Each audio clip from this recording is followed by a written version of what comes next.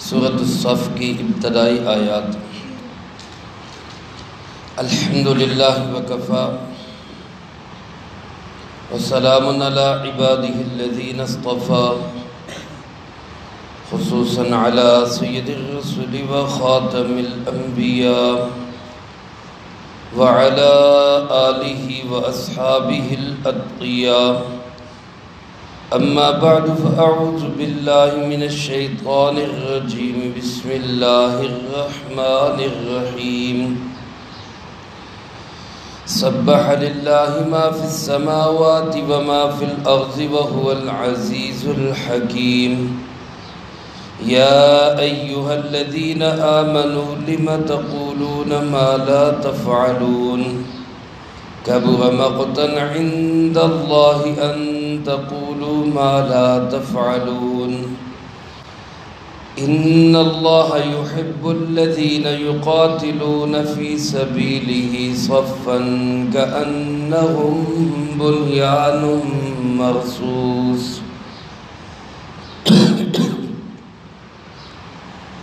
سبح للہ ما فی السماوات وما فی الارض۔ پاکی بیان کی اللہ رب العالمین کی ہر اس چیز نے جو آسمانوں میں ہے اور جو زمین میں ہے۔ وَهُوَ الْعَزِيزُ الْحَكِيمُ، اور وہی غالب بھی ہے، حکمتوں والا بھی ہے۔ یا ایہا الذین آمنوا، اے ایمان والو، لم تقولون ما لا تفعلون، کیوں کہتے ہو وہ باتیں جو کر نہیں سکتے۔ کبر مقتا عند اللہ، بہت سخت ناراضگی والی بات ہے اللہ کے نزدیک۔ ان تقولوا ما لا تفعلون، کہ تم ایسی باتیں کہو جو تم کر نہیں سکتے۔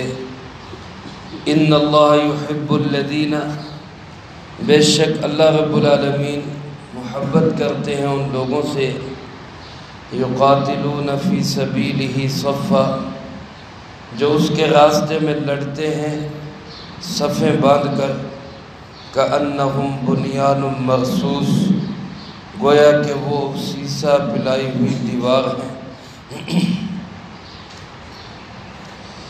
اس سورۃ مبارکہ کا نام الصف ہے، جو اسی کی آیت نمبر 4 سے لیا گیا ہے۔ صف کا معنی قطار اور لائن ہے۔ اس سے مراد یہاں جہاد کی صف ہے۔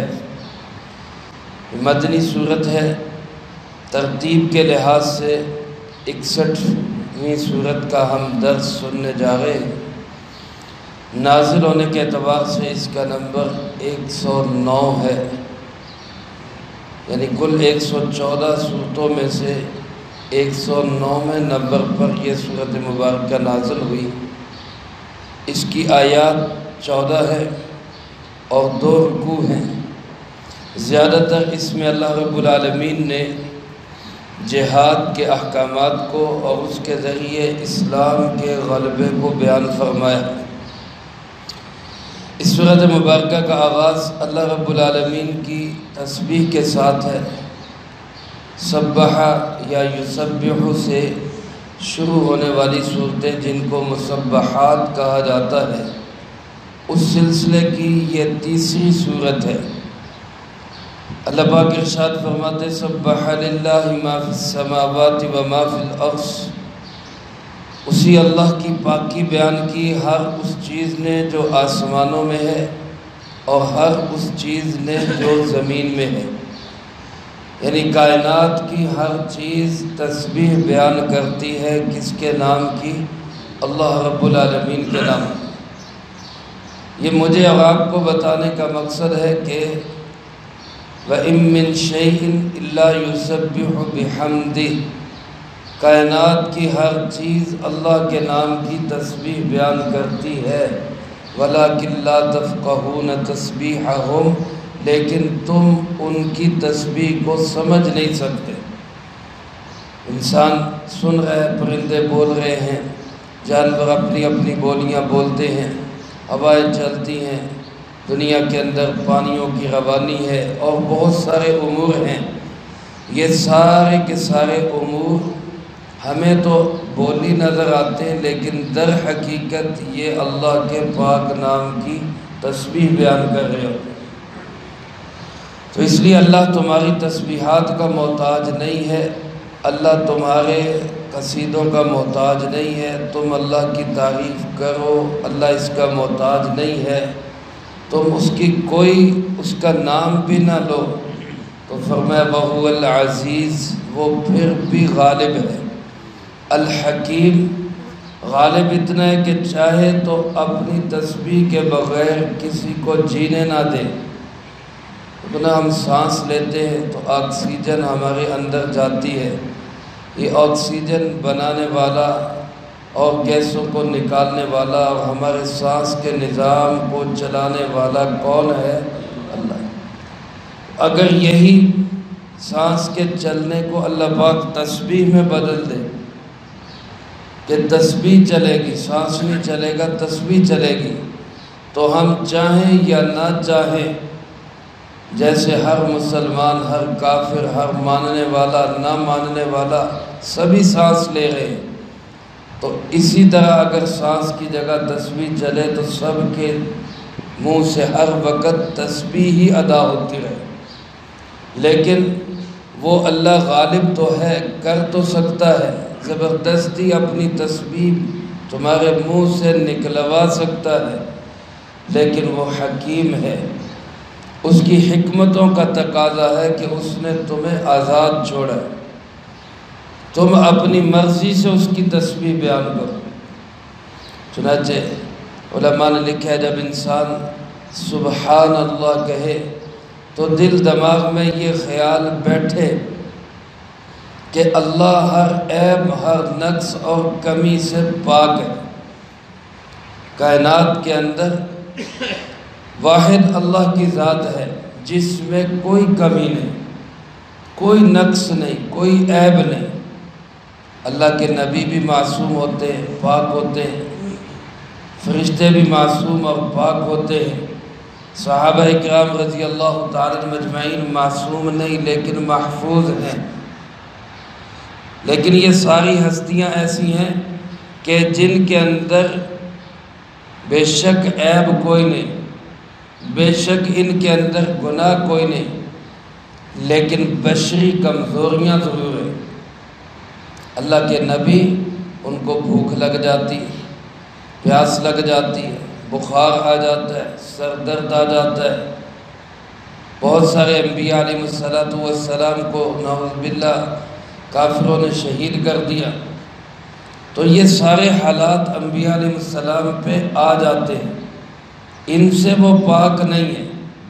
ان سارے حالات سے بھی پاک صرف کون ہے؟ اللہ۔ اس کو پیاس نہیں لگتی، اس کو بھوک نہیں لگتی، اس کو نیند نہیں آتی، وہ اکتاتا نہیں ہے، وہ تھکتا نہیں ہے، اس پہ موت نہیں ہے۔ یہ سارے کے سارے جو کمیاں ہیں، نقائص ہیں، ان کمیوں اور نقائص سے بھی پاک ذات کو کہا جاتا ہے سبحان۔ اللہ سبحان ہے۔ تو کائنات کی ہر چیز اس کی تسبیح بیان کرتی ہے، تو انسانوں تم بھی اس کے نام کی تسبیح بیان کرو۔ حدیث پاک میں رسول اللہ صلی اللہ علیہ وسلم نے ارشاد فرمایا کلمتانی، دو کلمے ایسے ہیں، ثقیلتان فی المیزان خفیفتان علی اللسان، دو کلمے ایسے ہیں جو زبان پہ بڑے ہلکے، یعنی ان کا پڑھنا مشکل نہیں، لیکن ثقیلتان فی المیزان، ترازو کے اندر وہ بڑے بھاری ہیں، وزن بہت ہے ان کا۔ حبیبتان الی الرحمن، رحمان کو یعنی اللہ رب العالمین کو بڑے ہی پیارے ہیں۔ کیا مطلب کہ ان کا پڑھنے والا اللہ کا پیارا بن جاتا ہے۔ اور وہ دو کلمات کون سے ہیں؟ سبحان اللہ و بحمدہ سبحان اللہ العظیم، سبحان اللہ و بحمدہ سبحان اللہ العظیم۔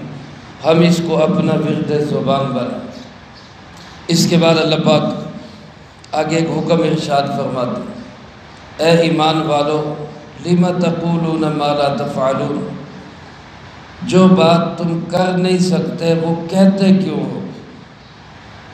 علماء نے لکھا اس کے پس منظر میں سبب نزول میں یہ واقعہ پیش آیا کہ آپ صلی اللہ علیہ وسلم کے صحابہ کسی جگہ بیٹھے تو آپس میں ایک دوسرے سے کہنے لگے کہ اگر ہمیں پتہ چل جائے اللہ کے نزدیک سب سے زیادہ محبوب عمل کون سا ہے تو ہم اس عمل کو کرنے کے لیے اپنی جانیں لڑا دیں، ہم وہ عمل ضرور کریں۔ یہ آپس میں وہ باتیں کر رہے تھے۔ رسول اللہ صلی اللہ علیہ وسلم کو اللہ پاک نے یہ بات پہنچا دی کہ آپ کے فلاں فلاں صحابہ یہ بات کر رہے اور یہ ان کے نام ہیں۔ آپ صلی اللہ علیہ وسلم نے صحابہ کو بھیجا کہ بھی ان کو بلا کے لاؤ۔ ان کو بلا کے لایا گیا تو آپ نے پوچھا کیا باتیں کر رہے تھے؟ انہوں نے بتایا جی ہم تو یہی ایک دوسرے سے پوچھ رہے تھے کہ اگر ہمیں پتہ چل جائے کہ سب سے محبوب عمل کون سا ہے تو اس عمل کو کرنے کے لیے ہم اپنی جانیں لڑا دیں۔ تو رسول اللہ صلی اللہ علیہ وسلم نے یہ سورت مبارکہ پڑھ کے سنائی، یہ آیات ان کو سنائی۔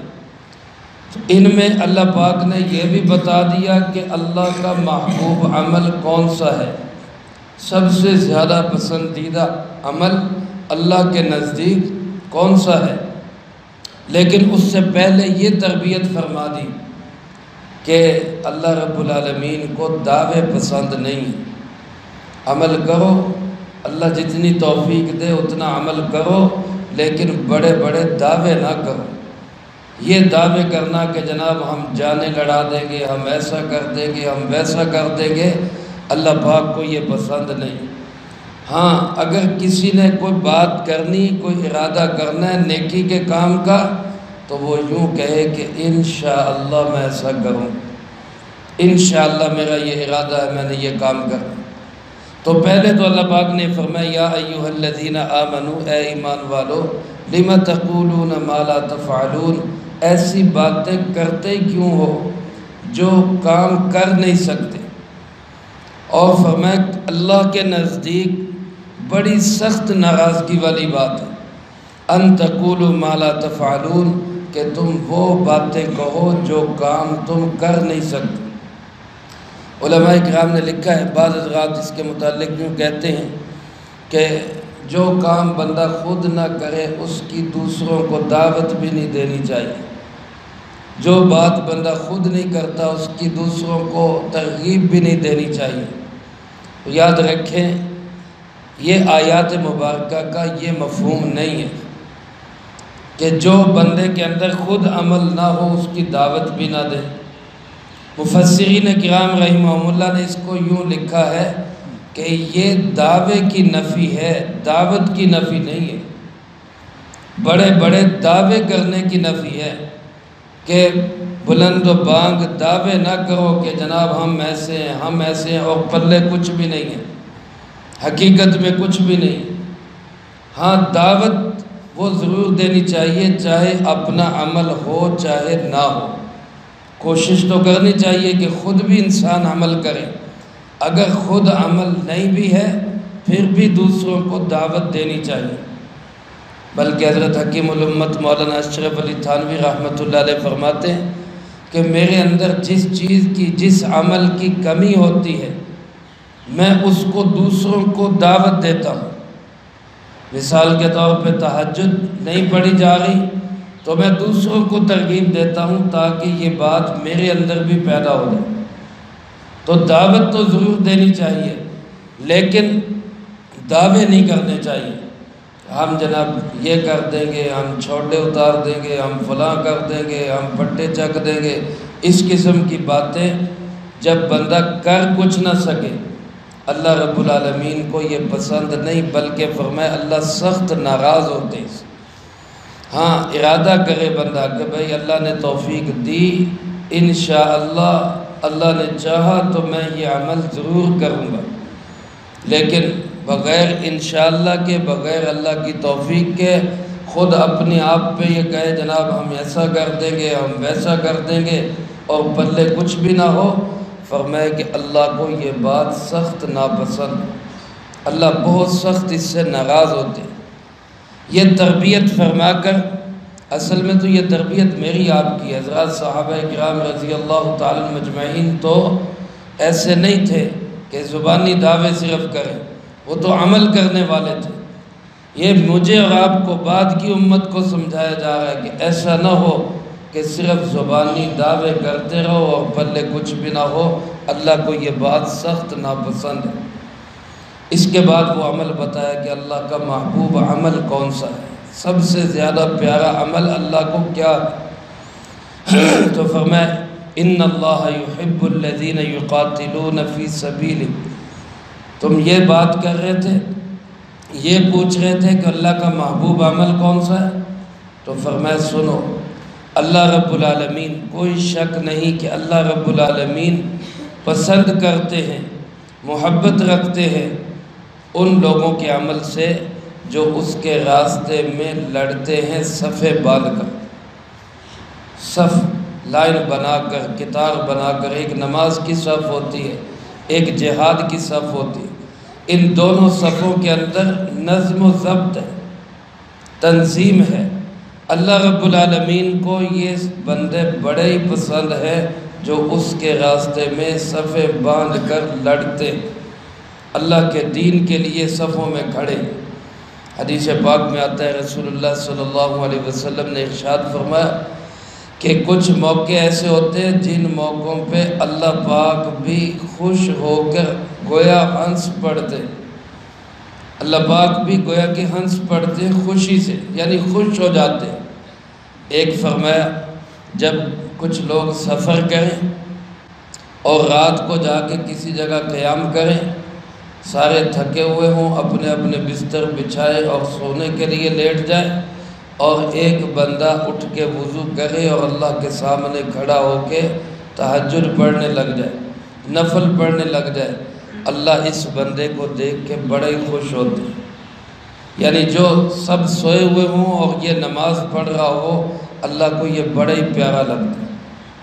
اور دوسرا فرمایا جب جہاد کے اندر صفیں بنتی، لوگ قطار در قطار اللہ کے دین کے لیے سیسہ پلائی دیوار کی طرح کھڑے ہو جاتے ہیں، اللہ اس صف کو دیکھ کے بڑے ہی خوش ہوتے ہیں۔ اور تیسرا فرمایا جب خامن اور بیوی ایک دوسرے کو محبت کی نگاہ سے دیکھتے ہیں، آپس میں ایک دوسرے کو پیار کی نظر سے دیکھتے ہیں، تو ان کو دیکھ کر اللہ رب العالمین بھی خوش ہوتے ہیں۔ تو یہاں فرمایا کہ جو لوگ اللہ کے راستے میں جہاد کرتے ہیں، صفوں کے اندر، لائنوں کے اندر سیسہ پلائی ہوئی دیوار کی طرح، کأنہم بنیان مرصوص، جیسا کوئی مضبوط بنیاد ہو۔ مضبوط عمارت وہی ہوتی جس کی اینٹ میں اینٹ پھنسی ہوئی ہو اور صحیح ترتیب سے جڑی ہوئی ہو، اس کو پھر ہلانا مشکل ہو جاتا ہے۔ تو مجاہدین کی صفیں جب ترتیب کے ساتھ، نظم و ضبط کے ساتھ قطاریں بنی ہوئی ہوں، اس دیوار کو توڑنا مشکل ہو جائے، اللہ فرماتے ہیں کہ ایسے مجاہدین کو دیکھ کر اللہ خوش ہوتے ہیں، اللہ کو یہ اچھے لگتے ہیں، یہ پسند ہے۔ تو گویا سب سے محبوب عمل کیا ہے؟ اللہ کے راستے کا جہاد ہے، سب سے محبوب عمل۔ اس کے علاوہ احادیث مبارکہ میں رسول اللہ صلی اللہ علیہ وسلم نے اور اعمال کو بھی محبوب عمل فرمایا، جیسا کہ ایک صحابی نے آ کے سوال کیا کہ سب سے محبوب عمل کون سا ہے؟ آپ نے فرمایا وقت پہ نماز ادا کرنا، کسی کو فرمایا والدین کی خدمت کرنا، کسی کے متعلق آپ صلی اللہ علیہ وسلم نے ارشاد فرمایا کہ کھانے کھلانا اور لوگوں کو سلام کرنا، اور رات کو جب لوگ سوئے ہوئے ہوں اٹھ کے نماز پڑھنا، یہ محبوب ترین عمل ہے۔ تو بہرحال ہر بندے کے حالات کے اعتبار سے محبوب عمل مختلف ہو سکتا ہے۔ کسی کے اندر کسی عمل میں کمی ہے تو اس کے لیے اسی عمل کو کرنا اللہ کے نزدیک یہ سب سے زیادہ پسندیدہ ہو۔ کوئی نماز نہیں پڑھ سکتا تو نماز پڑھنا ہی اللہ کے نزدیک سب سے محبوب عمل ہوگا۔ لیکن اوورآل تمام اعمال میں، ویسے تمام عبادات میں، تمام نیکیوں میں سب سے نیک عمل، سب سے محبوب عمل اللہ کے نزدیک جہاد فی سبیل اللہ ہے، اللہ کے راستے کا جہاد ہے۔ اللہ مجھے آپ کو بھی اپنے دین کی سربلندی کے لیے جد و جہد اور محنت کی توفیق نصیب فرمائے، جو کہا سنا اس کو زندگی میں لا کے دوسروں تک پہنچانے کی توفیق عطا فرمائے۔ انشاءاللہ العزیز اگر آج رمضان المبارک کا اعلان ہو جاتا ہے تو صبح فجر کی نماز 4:50 کے ادا کی جائے، اور دعا کے بعد آپ تمام حضرات یہیں تشریف رکھیں اور ذکر و اذکار میں، تلاوت میں مشغول رہیں۔ انشاءاللہ العزیز آپ کے لیے ناشتے کا انتظام ہے، ناشتہ فرما کے پھر آپ جائیں۔ اللہم لک الحمد کما ینبغی لجلال وجہک وعظیم سلطانک، اللہم لا احصی ثناء علیک انت کما اثنیت علی نفسک، اللہم لک الحمد کما انت